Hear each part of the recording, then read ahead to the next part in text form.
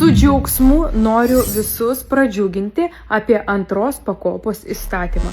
Nuo sausio 1 dienos visi žmonės, Lietuvos gyventojai galės pasirinkti iš 3 dalykų, ką daryti su antra pakopa. Tai reiškia kaupti, stabdyti ar visgi nutraukti. Nuo sausio 1 dienos. Bet nuo šiandien, ką jūs galite pasidaryti? Jūs galite jau nuo šiandien nebeįdėti nei 1 euro, kad jums nebenuskaičiuotų į antrą pakopą, pasirinkti vieną variantą, tada su tuo variantu išlaukti iki sausio 1 dienos ir nuo sausio 1 dienos jūs tiesiog toliau nebekaupėt antroj pakopai, nes jūs ją tiesiog atsisakote.